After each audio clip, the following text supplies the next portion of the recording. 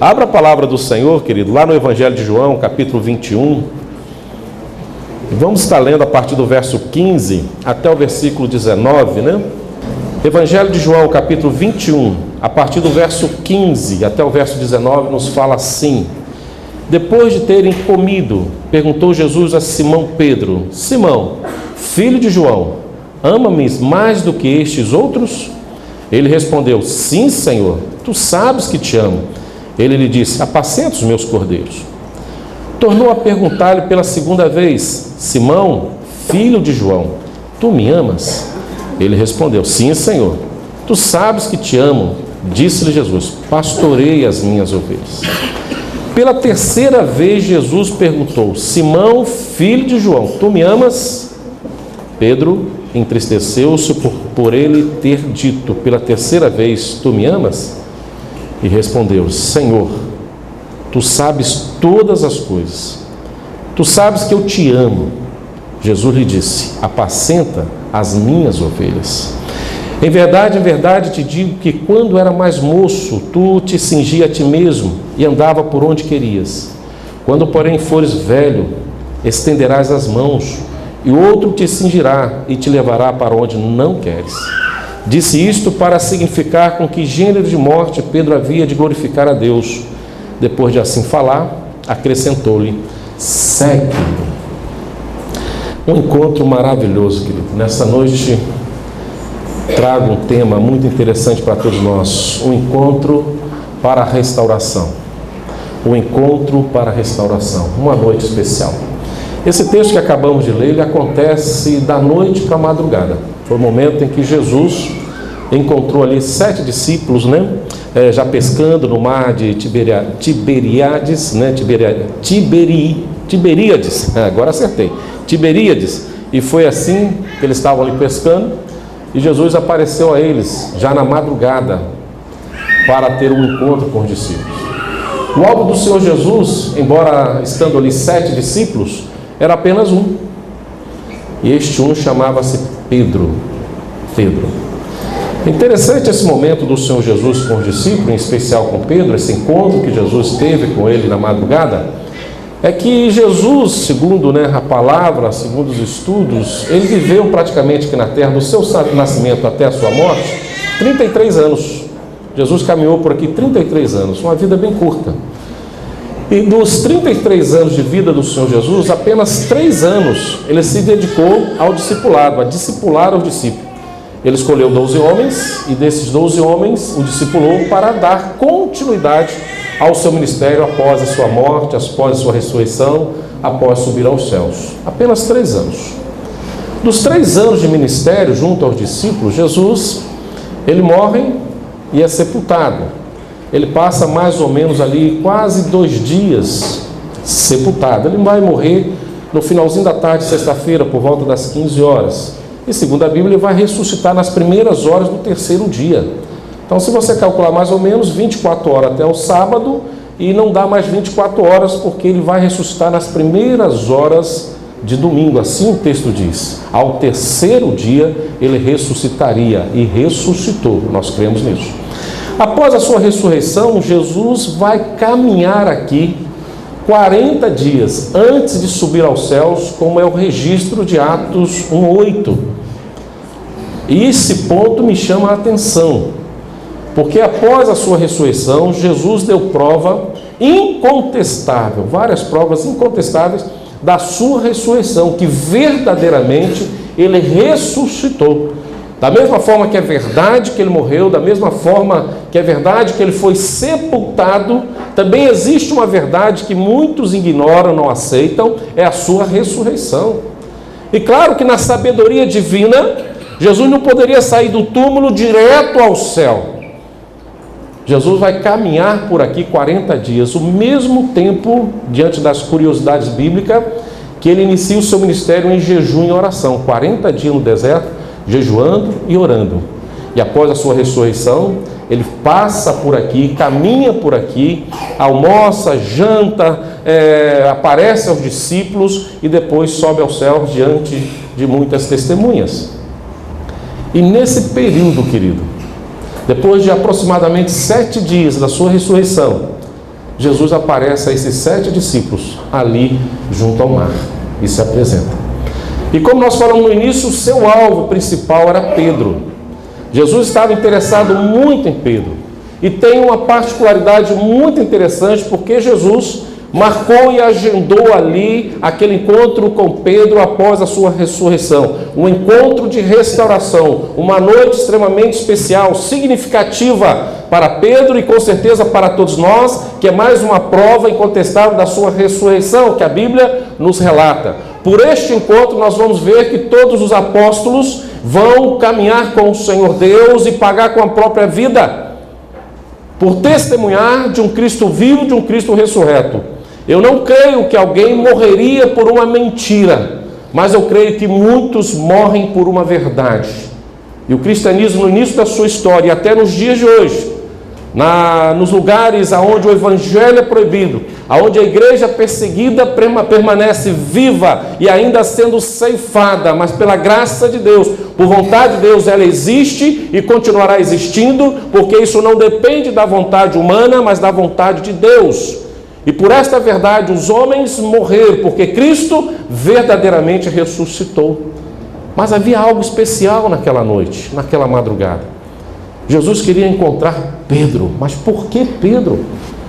Irmãos, a palavra de Deus nos diz que Pedro era um discípulo extremamente atuante, eufórico, animado, para cima, decidido. Não pensava muito para fazer as coisas, nem para falar. Quando ele vai questionar o Senhor Jesus a respeito do perdão, ele mesmo já tem a resposta e fala assim: 7 vezes, Jesus. E Jesus fala: Pedro, não é por aí não. 70 vezes 7 está bom para você? Não, não está não. Então aumenta a minha fé. Ele fala com o mestre: aumenta a minha fé. Porque Jesus fala assim: quantas vezes for necessário no mesmo dia, você precisa perdoar. E Pedro fala assim: poxa, o meu limite é até 7. Até 7 eu aguento. Para mais de 7, então Senhor, aumenta a minha fé. De certa forma, Jesus falou que estava próximo à sua morte. Ele pula à frente e fala assim: eu morrerei no teu lugar. Estou pronto para morrer no teu lugar. E Jesus fala com ele: Pedro, não é por aí. E pelo contrário, antes que o galo cante, ou jamais o galo cantará, antes que você me negue 3 vezes. Pedro talvez não acreditou muito nisso não. Eu te negar, não vou não. Mas o caminhar do ministério de Pedro, o caminhar ao lado do grande amigo, do grande Salvador e Senhor, aquele que o resgatou e o transformou ele em pescadores de homem, a verdade é que Pedro, tão logo que Jesus é preso, e mais uma vez naquele momento ele saca de uma arma, vai e corta a orelha de uma pessoa, e Jesus ali chama a atenção e conserta, opera um milagre, devolvendo a orelha daquele menino que ele tinha cortado a orelha, porque tinha ali prendido o mestre.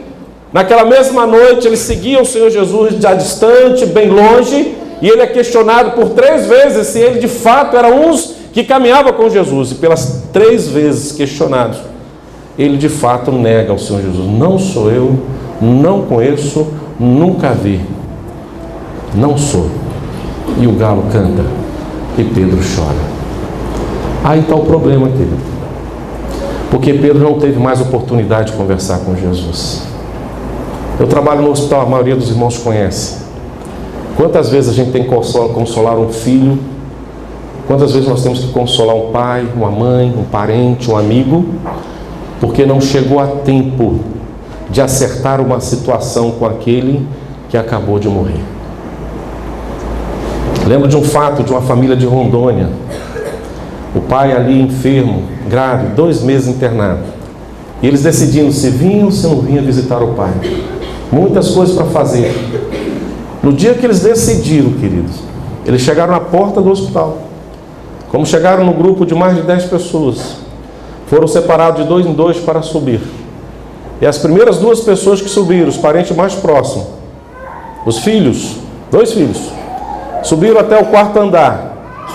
E ali encontrou a porta da enfermaria fechada. Não puderam entrar naquele momento porque havia uma intercorrência dentro da enfermaria. E a rotina é que ninguém entre, só os médicos, a enfermagem que cuida daquele momento, porque é um momento grave, de emergência, de urgência. E eles estavam, de certa forma, tranquilos por lá de fora, porque não tinha notícia do que estava acontecendo lá dentro, estava aguardando. E quando toda aquela correria acaba, que há um silêncio, e a equipe médica sai daquele quarto, abre a enfermaria, dá de cara com aqueles dois, e eles falam assim: agora eu posso visitar meu pai? Quem é o seu pai? Era exatamente a pessoa que tinha acabado de falecer. E para nós foi uma situação difícil, porque eles tinham coisas para falar com o pai que não tinham falado em vida. Eles tinham um pedido de perdão para fazer e não fizeram em vida. Eles tinham algo para dizer, algumas novidades que tinham acontecido em suas vidas que eles não tinham falado. E aquele negócio não morre, depois eu posso lá com o tempo que der, enfim, eles não conseguiram falar mais com o seu pai. E quando nós olhamos, queridos, para o texto, Pedro estava na mesma situação. Ele havia traído, negado o Senhor Jesus, e Jesus havia morrido em ato contínuo. Ele não tinha mais tido a oportunidade de chegar para Jesus e falar assim: perdão, Jesus, perdão porque eu errei, perdão porque eu pequei, perdão porque eu te neguei. Eu sou o Pedro que tu tanto amou, que tanto amas, mas eu te neguei. Essa é a verdade. Pedro não tinha tido essa oportunidade. Jesus havia sido morto e sepultado. Mas o coração de Deus é grande demais, querido. Ele marca um encontro para a restauração, numa madrugada, numa noite, com Pedro. E em primeiro lugar, querido, ele aparece a Pedro num processo de restauração e num processo para restaurar o amor de Pedro para com Jesus. Eu não preciso falar para restaurar o amor de Cristo para com Pedro. Só a sua presença, já percebemos que ele amava Pedro tremendamente. Mas Pedro, pela situação que estava, sentimentos confusos e provavelmente muito envergonhado por ter traído o seu amigo, e principalmente depois de ter afirmado que iria morrer e daria a própria vida por ele, com certeza ele estava extremamente constrangido. Talvez ele estava em dúvida: será que eu amo de fato Jesus? Será que eu mereço ser lembrado por Jesus? E um fato interessante nessa restauração do amor, querido, é que Jesus era a parte ofendida da traição. Jesus era o outro lado da traição. Pedro havia negado a Jesus e não Jesus negado a Pedro. E o primeiro passo de ir ao encontro da restauração vem do coração de Deus, vem do coração do Senhor Jesus em direção a Pedro. E muitas vezes nós precisamos aprender isso, querido. Nós passamos uma vida inteira dizendo assim: foi fulano que errou comigo, então ele que tem que vir até mim, não eu. Jesus não pensa assim. Quando Jesus aparece para restaurar o amor de Pedro, é ele que é a parte ofendida, ele é a parte prejudicada, mas ele vai ao encontro de Pedro, porque o sentimento de Cristo para com Pedro é um só, é um sentimento de amor. Ele perdoa e ama de uma forma tremenda. E eu creio, querido, que nós, nesta noite, quem sabe poderíamos estar nessa mesma situação, de Jesus estar olhando para nós e falando assim: tu me amas? Arildo, tu me amas? João, você me ama? Pedro, você me ama? Maria, você me ama? Você me ama, querido? E qual seria a sua resposta? Quem sabe você anda triste, envergonhado, porque até o presente momento você cometeu algo que transgrediu ali a lei de Deus, cometeu um pecado. Quem sabe esse pecado tem provocado uma vergonha, quem sabe tem provocado um afastamento, quem sabe tem te levado para distante de Deus, tem te afastado de Deus, enquanto Deus está marcando um encontro contigo. E Deus quer restaurar o seu amor para com Ele, porque o amor de Deus para contigo é pleno, é completo, é eficaz. Não há nada em você que impeça de Jesus chegar e te abraçar e dizer: eu te amo, você anda comigo, segue-me. Não importa o que você fez, o amor de Cristo por cada um de nós é tão grande que apaga todas as transgressões, e Ele está aqui diante de cada um de nós para dizer: eu te amo, mas também para te perguntar: tu me amas? E eu quero crer que a sua resposta seja semelhante a Pedro: sim, Senhor, eu te amo.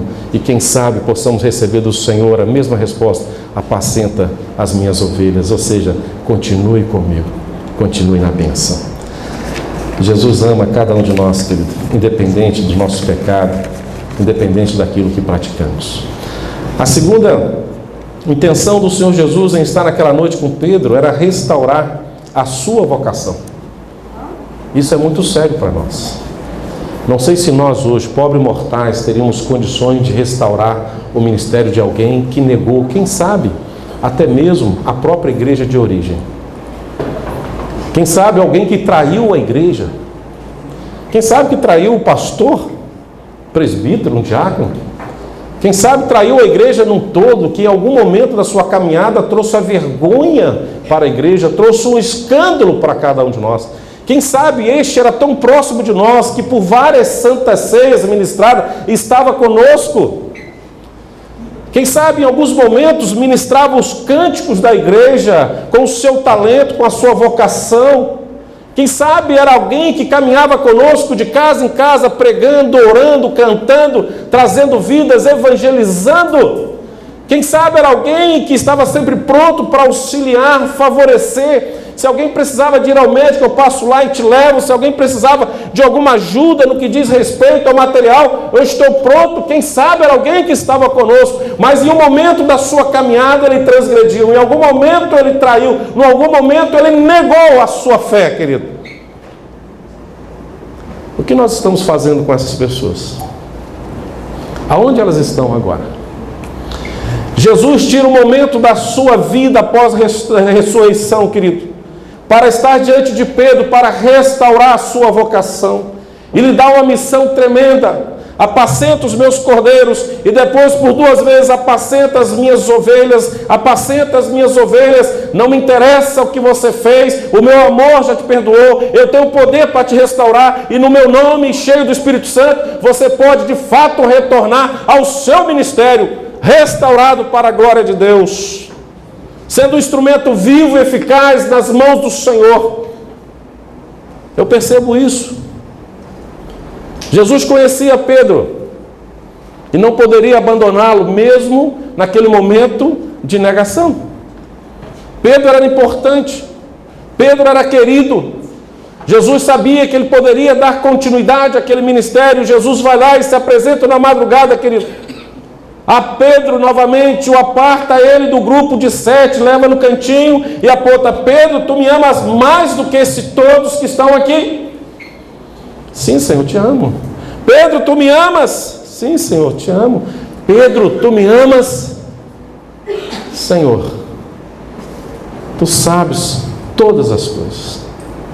Tu sabes que eu te amo. Apenas pequei. Apacenta, Pedro, as minhas ovelhas. E nós sabemos que daí por diante, Pedro de fato foi o homem que teve a sua vida e o seu ministério restaurado, querido.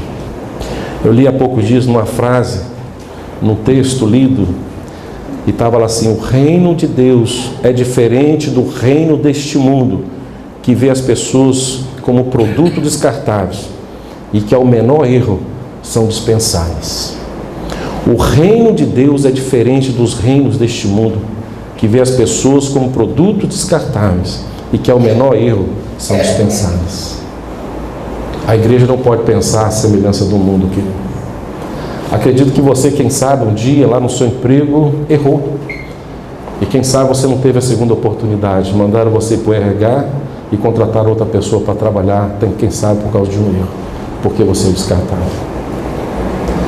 Quem sabe você, uma relação com alguém, uma palavra, uma frase, um gesto, uma atitude, uma exposição de um pensamento, provocou um constrangimento tão grande que as pessoas começaram a te deletar, não só das redes sociais, mas dos encontros, da amizade, do companheirismo. E outras pessoas já estão no seu lugar, como amigas sinceras, e não como você, que naquele dia vacilou. Como diz na gíria, né, garotada? A fila anda, né? A fila anda. O mundo aí fora tem esse conceito de descartar as pessoas. Mas o reino de Deus e o que o Senhor Jesus nos ensina, que o seu amor é tão grande, e Ele pode sim restaurar não somente a sua vida, a sua comunhão com Deus, mas Ele pode restaurar o seu ministério, a sua vocação, aquilo que você fazia antes, deixou de fazer porque errou, porque pecou. Quem sabe você está envergonhado, quem sabe está constrangido, quem sabe você tem em si mesmo agora uma resistência para voltar a fazer o que fazia. porque você sabe e tem consciência que errou a semelhança de Pedro, mas Jesus está marcando um encontro com você para restaurar a sua vocação, restaurar o seu ministério, restaurar a sua alegria, te devolver uma alegria de estar sempre diante daqueles que Deus deseja que você esteja ministrando as palavras de Deus. Deus não descarta, querido. E Jesus é tão atrevido, se vocês me permitem essa palavra, que ele chega e fala assim: o que o Pai me deu, jamais lançarei fora. E eu acredito que o Pai só dá para Jesus pecadores. E a maioria das vezes só dá pessoas que já foram descartadas aí fora, já estão machucadas, doentes, rejeitadas. Ainda hoje pela manhã, querido, eu tive uma experiência depois de ministrar uma aula para os jovens, e creio que muito proveitosa. Alguém me procura ainda hoje pela manhã: pastor, nós falamos sobre comunhão plena, total, de um para com os outros, e jamais criar grupinhos dentro da igreja, né? Nós sofremos muito quando chega, e me perdoa os visitantes que estão aqui, e a igreja que eu não conheço na totalidade, mas em algumas igrejas que a gente pastoreia e conhece bem as nossas ovelhas, se chega um visitante, alguma irmãzinha, um irmãozinho se aproximou para ali fazer amizade, alguém já fica bicudo. Olha lá, tá vendo? Já trocou a gente. Se eu falei alguma mentira, me perdoem, viu? Tá vendo? Já trocou a gente, só porque chegou gente nova, já deixou a gente de lado. Isso acontece. Ah, minha amiga de muito tempo, agora está conversando com outro avô, deletar. Não quero mais saber. Não é assim? Parou de conversar comigo 5 minutos só. Foram 5 minutos que foi uma ofensa. E nós falamos sobre isso, de relacionamento, de amar, quebrar isso, que o corpo de Deus, a igreja, a comunhão é plena com todos. Quem Deus traz à sua casa precisa ser bem recebida por todos, e não apenas por um ou dois, mas todos precisam acolher, e todos precisam se empenhar da mesma função, é o corpo só. E não aquelas particularidades: você é minha amiga, meu amigo, você não pode conversar com ninguém. Não, gente, nós não temos posse da pessoa. E as pessoas precisam ser livres para evangelizar, para testemunhar. Não jogue um peso a mais nas pessoas, porque elas já têm muito. Não, você é minha amiga ou não é? Se é minha amiga, não olha para ninguém, nem conversa, só se eu autorizar. Tem gente que tem umas amizades possessivas mesmo, e tem gente que se dobra a essas amizades. Tem gente que submete: tá bom, foi mal, desculpa, eu falei. E deixa de ser uma pessoa que vem amar a todos para amar apenas um. Jesus está restaurando a vocação. E essa irmãozinha hoje cedo falou assim para o pastor: cheguei na igreja, falaram assim comigo: olha, não deixe a sua noiva andar com fulano, com a fulana, né, no caso, porque ela é um péssimo exemplo. Eu falei: meu Deus, já criou uma barreira. Eu falei: a sua noiva é de Deus, querido? É? Você crê que o Espírito Santo de Deus está nela? Creio, pastor. Então qual é o medo? Qual é o receio? Se nós não estivermos ao alcance dos pecadores, quem estará? Se alguém está vivendo o erro, se alguém está vivendo no pecado, precisa ser alcançado pela graça e misericórdia de Deus. E quem são os instrumentos dessa graça e misericórdia de Deus? É a igreja, somos nós. Por isso que Deus vai ao encontro de Pedro e fala: eu quero restaurar a sua vocação, Pedro, porque você precisa alcançar os pecadores. Foi por eles que eu vim ao mundo, e é no meio deles que você tem que andar. E quando os converteres, apacenta-os, porque são minhas ovelhas. E muitas vezes nós escolhemos quem nós queremos pastorear, e excluímos muitas pessoas. O reino de Deus não é semelhante ao reino deste mundo, querido. Lá as pessoas são facilmente excluídas, rejeitadas. O reino de Deus não. Toda e qualquer pessoa que vem ao reino de Deus, à casa de Deus, é de particular interesse do próprio Deus. E é daquele que tenta ser Deus no lugar do nosso Senhor. Ai daqueles que querem ser o Deus das pessoas em lugar do nosso Senhor. Somos instrumentos e não Deus. E todos precisam alcançar a palavra de Deus. A palavra, e todos precisam ser restaurados. O reino de Deus é uma fábrica de esperança, querido. O reino de Deus é uma fábrica de esperança. E nós precisamos sempre promover essa esperança para restaurar todas as vocações. Quem sabe existe alguém aqui hoje que já fez tanto na igreja. Quem sabe alguém hoje aqui era o elo de ligação da sua família, era a alegria da sua família, era aquela pessoa que alegrava a todos, e hoje está quieto, está triste, parado, quem sabe nem consegue mais adentrar a nossa casa, quem sabe não vai nem na casa mais dos parentes, tão triste porque errou. E precisamos restaurar em nome de Jesus. Jesus foi na madrugada restaurar Pedro.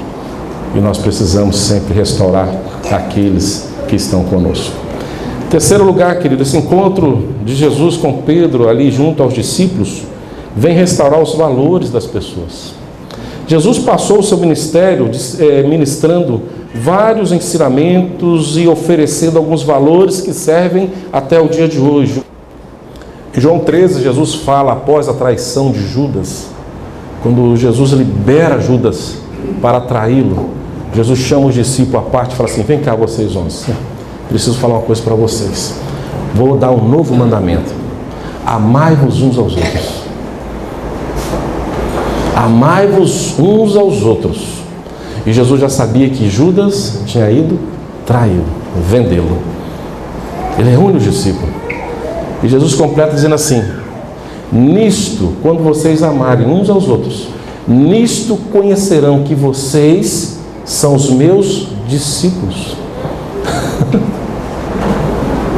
Quando tivermos condições de amar uns aos outros, e as pessoas vão perceber que verdadeiramente vocês são os meus discípulos. É nesta doutrina, nesses valores que eu tenho discipulado vocês. Não importa se alguém trair vocês, não importa se alguém xingar vocês, bater em vocês, não importa, vocês precisam servir uns aos outros, amar uns aos outros, porque isso é o carimbo da identidade, da minha identidade em vocês.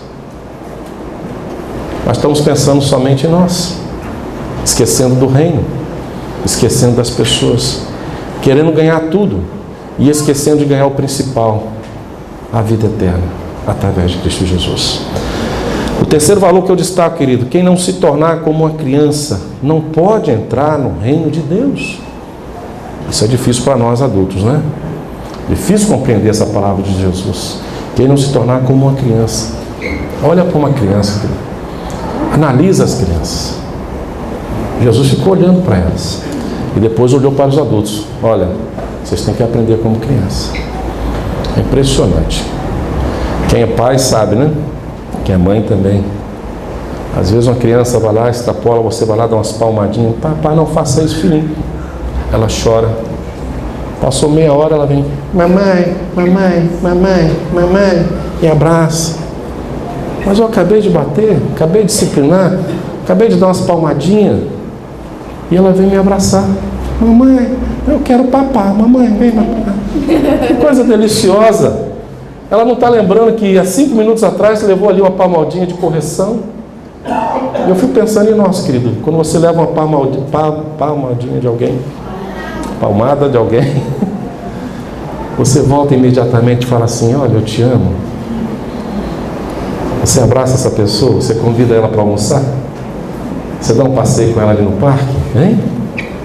Ah, meu Pai, só se Deus agir, só a misericórdia do Senhor. E Deus hoje deve estar olhando para nós e falando a mesma coisa: ó, se não vos tornarem como uma criança, não podem entrar no reino de Deus, querido. Não podemos entrar.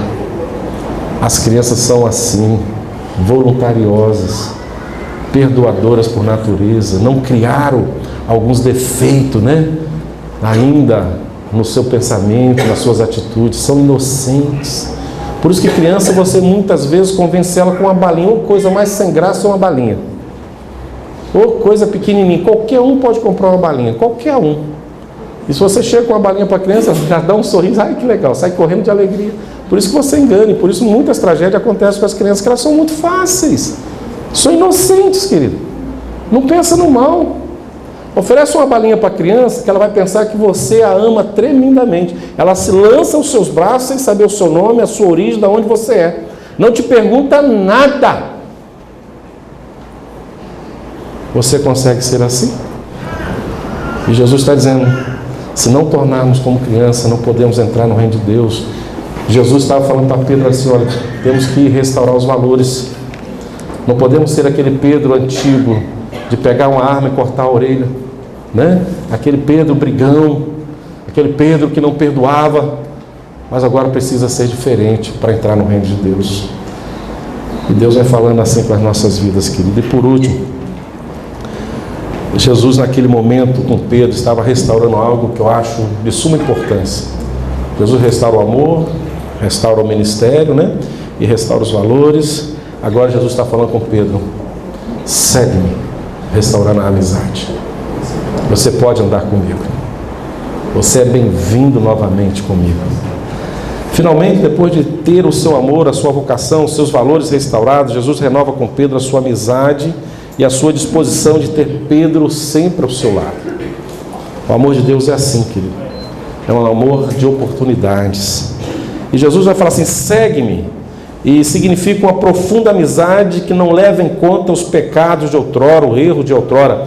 E todos esses pecados foram perdoados por causa da graça infinita do Senhor. No primeiro momento que o Senhor Jesus perdoou a Pedro, Jesus falou assim: olha, eu já esqueci, não há mais lembrança no meu coração do seu erro, dos problemas que aconteceram. Então você agora pode caminhar comigo de novo. Se nós estudarmos um pouco esse verbo no tempo presente, segue-me, nós vamos entender que ele significa: continue a me seguir. Mesmo que você errou, você não pode parar de continuar me seguindo. Eu estou dizendo que você é meu amigo. A minha amizade contigo é superior a muitas coisas, Pedro. E não é a sua traição, não é a sua negação que vai impedir que a minha amizade contigo, você pode caminhar contigo. Aonde eu estiver, Pedro, você pode chegar. Aonde eu estiver, você pode ir. Não há limite para a nossa amizade. Então segue-me, continue, continue me seguindo, não deixe de seguir. E Pedro havia seguido o mestre no passado, mas em muitas oportunidades ele não foi muito persistente. E agora Jesus espera que este novo seguir adquira maturidade. Anda com ele. E queridos, quando eu olho para Jesus restaurando essa amizade com Pedro, nós precisamos voltar um pouquinho ao texto. Lá no versículo 18 e 19 diz assim: em verdade te digo, que quando eras mais moço, e tu te cingia a ti mesmo e andava por onde querias, quando porém fores velho, estenderás as mãos e outro te cindirá e te levará para onde não queres. Disse isso para significar com que gênero de morte Pedro havia de glorificar a Deus. Jesus está falando assim: Pedro, apacenta minhas ovelhas, mas você precisa continuar caminhando comigo, porque você não sabe o que vai vir contra você. Mas eu quero te dizer, Pedro, por amizade que eu tenho, pelo meu amor que eu tenho para contigo, eu não vou te abandonar. E creio, Pedro, que você até mesmo na sua morte, você vai glorificar o meu nome. Não importa, você precisa seguir. E queridos, a palavra de Deus nos registra que há momentos na nossa vida que nós vamos precisar de fato dessa amizade com Deus. É o único que pode se ausentar dos céus e vir ao nosso socorro. Da mesma forma que quando ele já ressurreto e vai restaurar o discipulado de Pedro, o ministério de Pedro, ele também está pronto para caminhar conosco até a consumação do século, até o final da nossa vida, querido. Pedro caminhou com Cristo. E na sua morte, quando vieram os algozes, que diz a história que ele foi crucificado, e quando ele sabia que a sua morte era de crucificação, ele falou assim: não, me crucifique de cabeça para baixo, porque eu não sou digno de ser crucificado à semelhança do meu mestre. A sua morte ali estava glorificando a Deus. Ele não teve medo, ele não fugiu, não abandonou, não negou mais o Senhor Jesus, porque ele sabia que a amizade do Senhor Jesus era eterna e plena, e em toda e qualquer situação ele poderia contar com o seu mestre. Então ele já não temia mais a morte, não poderia mais dizer não para Cristo, mas sim, encorajado agora por este amor, restaurado de fato, ele vai caminhando com Jesus, e paga o preço por caminhar com Jesus, mas recebe de fato a ajuda do Mestre nas horas difíceis. Como é bom saber que tem alguém conosco quando as coisas estão difíceis. Você já percebeu que você tem mais necessidade das pessoas quando você está numa situação extrema? Você começa a pensar: quem poderia me ajudar, meu Deus? Para quem que eu vou ligar? Quem pode me socorrer? Quem pode fazer isso e aquilo por mim? Queridos, na vida cristã, na nossa caminhada com Deus, quando Deus restaura a amizade dele para conosco, ele está dizendo assim: eu vou estar contigo em todos os tempos. Quero trazer à memória um salmo extremamente conhecido, escrito por Davi, Salmo 23, a partir do verso 5, lá diz assim: ainda que eu ande pelo vale da sombra da morte, não temerei mal algum, porque tu estás comigo. A amizade de Deus. A amizade de Deus. Eu não sei contar, mas a qualquer dia você pode pegar aí alguém que saiba contar aquela relação que tem o cachorro e o gato com os seus donos. Você deve ter visto isso já em algum lugar. Todo mundo compartilha isso, né? O cachorro está ali fiel. É o último a sair, está com o dono, corre. Várias histórias bonitas de cachorro com o seu dono. Mas o gato, no primeiro sinal de fumaça, ele dá um ninja, sumiu. Você não conta mais com ele. Jesus não é esse gato não, querido. Jesus, quando você tiver em dificuldade, você pode contar com ele, que a amizade dele é plena, é total, é eterna. Ele não foge, ele está ali.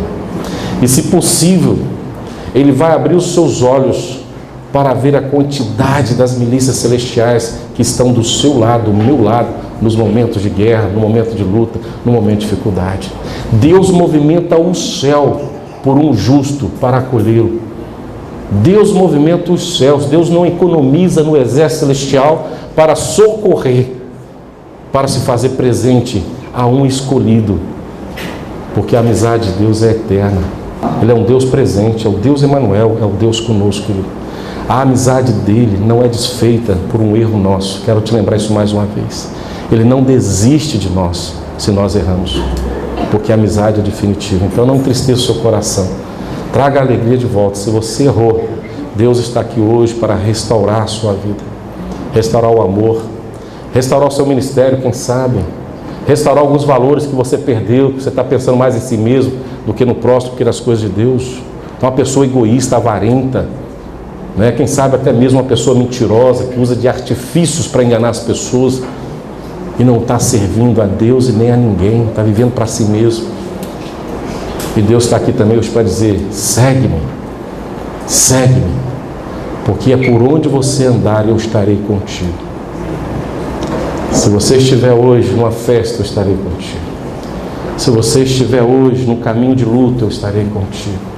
Se você estiver no caminho de um hospital, eu estarei contigo. E quando você tiver que enfrentar o último inimigo, que é a morte, eu estarei contigo. Amém, igreja? Hoje é uma noite de restauração. Eu quero orar por você. Feche seus olhos.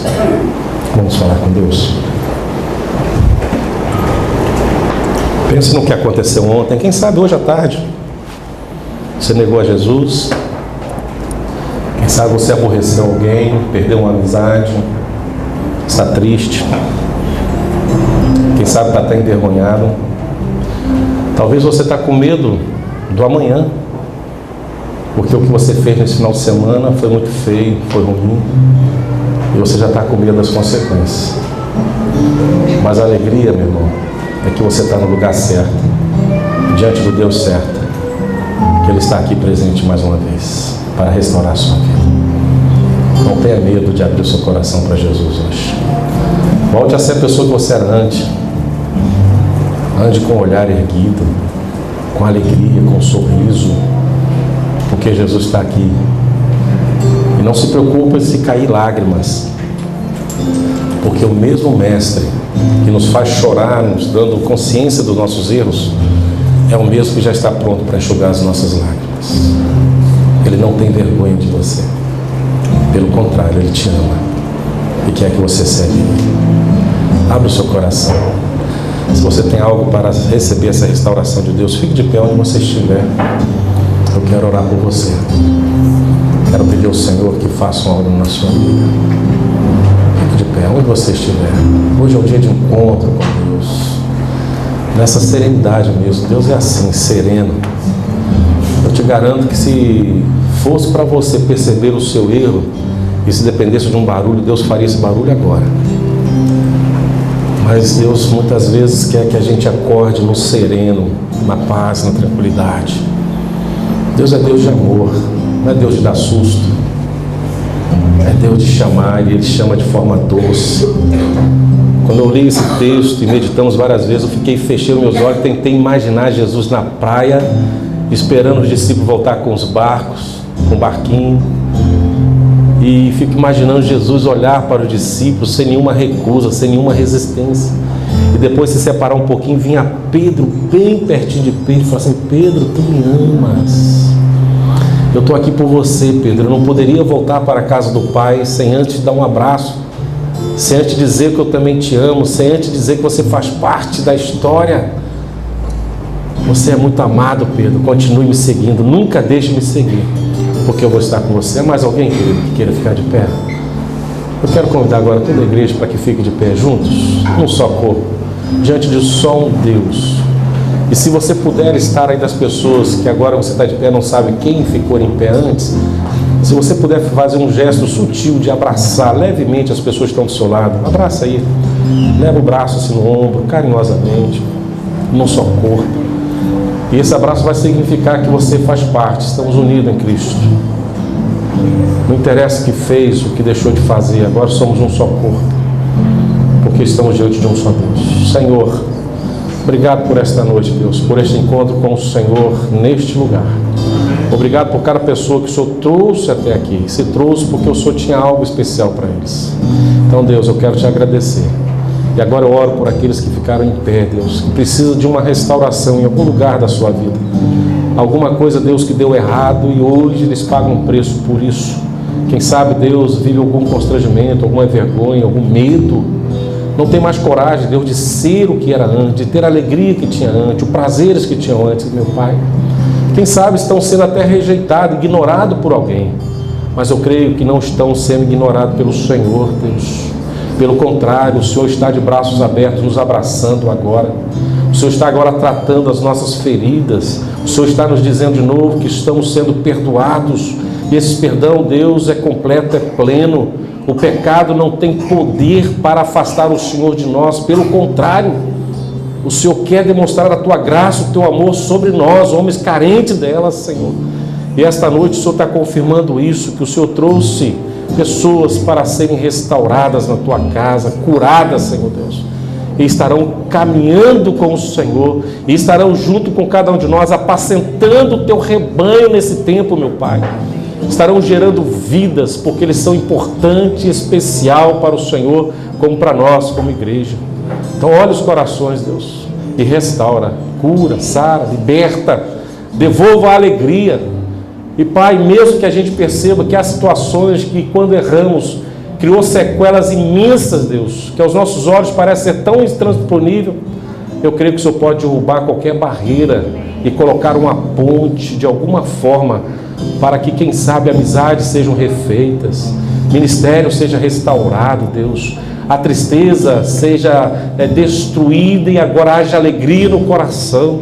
E quem sabe que alguém está aqui vivendo uma enfermidade, Deus, por um trauma, por uma tristeza, Deus, no coração, que tem retirado, Deus, o sono.